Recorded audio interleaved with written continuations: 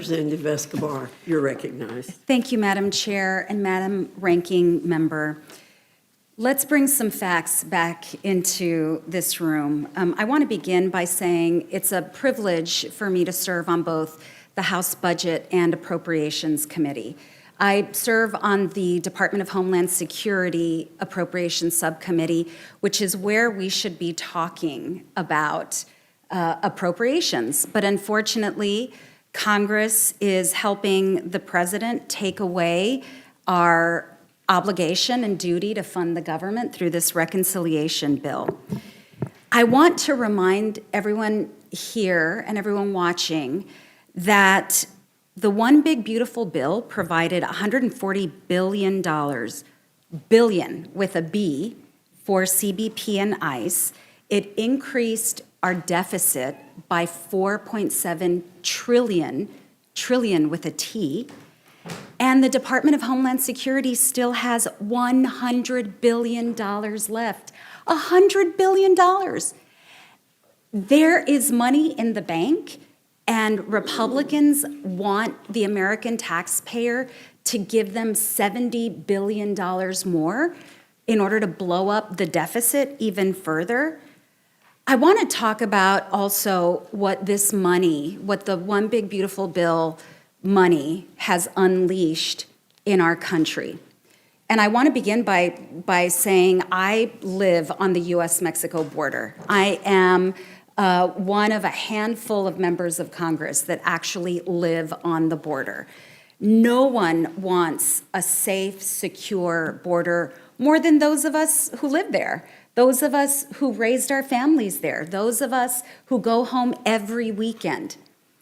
But what the reconciliation dollars are doing is not creating a safer or more secure country.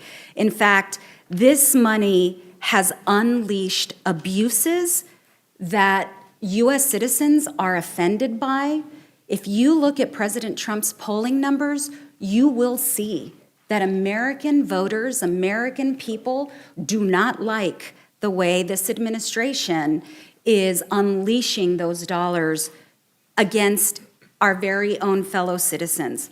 In fact, as a result of this money, 170 U.S. citizens were arrested and 2 were killed on the streets of Minneapolis.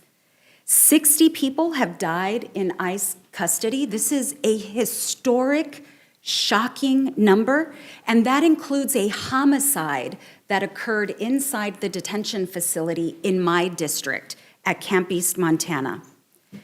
This money has unleashed abuses and violations of law and violations of the Constitution, and there have been attempts after attempts after attempts to limit our oversight of this money. I want to tell you about Camp East, Montana in my district, which is funded with the One Big Beautiful Bill dollars that Republicans approved.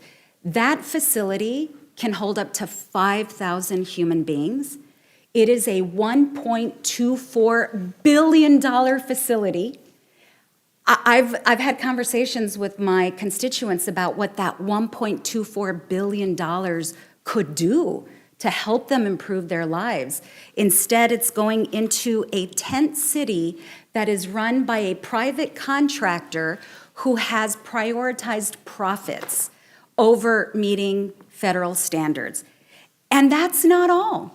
This money has also been used by DHS to purchase 3 warehouses that were created to hold pecans from our agricultural industry, purchased by DHS in my district for $122 million.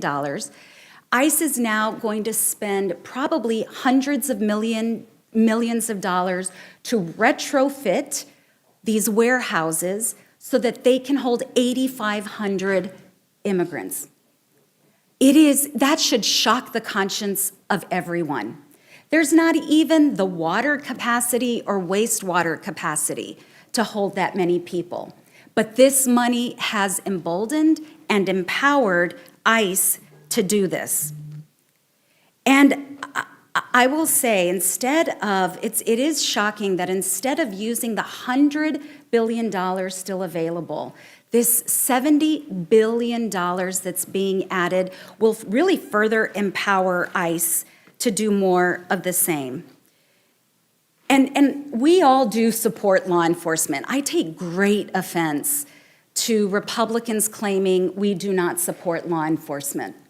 This is why Democrats uniformly are opposed to the $1.8 billion slush fund that Donald Trump wants to use to pay off insurrectionists who beat cops on January 6th.